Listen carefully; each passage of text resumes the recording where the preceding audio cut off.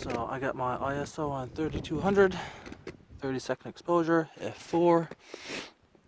I got the focus on manual, focus on the stars hopefully, and I'll just turn off my flashlight and take exposure.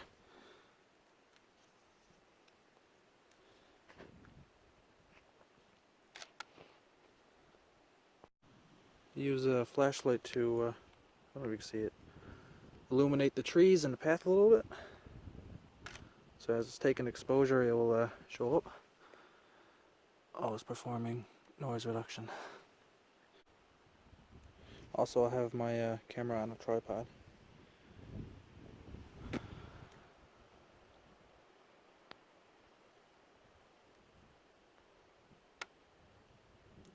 Well, that's pretty cool. So I'm going to take another exposure, landscape mode, and do a little bit more light painting. Illuminate the skidoo trail a bit, and tops of the trees, so it can stand out from the stars background.